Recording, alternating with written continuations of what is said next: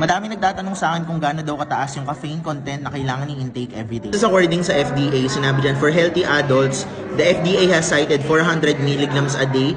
That's about 4 or 5 cups of coffee as an amount na generally associated with danger or negative effects. Ibig sabihin nito, kung hindi ka healthy adult and meron kang mga sakit, kailangan mo pa rin magpa-check up sa doktor or sa specialist kung gaano kataas yung caffeine content na pwede mong i-intake. Isa sa pinakasikat na coffee brand, yung amount ng caffeine content na meron siya. 8 ounce, 180 mg.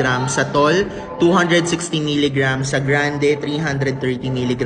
Sa Venti, 415 mg. Yung Venti na size, yung caffeine content niya is more than na sa caffeine content na pwede mong intake per day as a healthy adult. Inom ko is Indigo. Indigo is a plant-based powder drink mixed with vitamins. Papakita ko rin sa iyo kung ano yung caffeine content niya per sachet. Nakikita mo dito, yung caffeine content niya is coming from guarana and green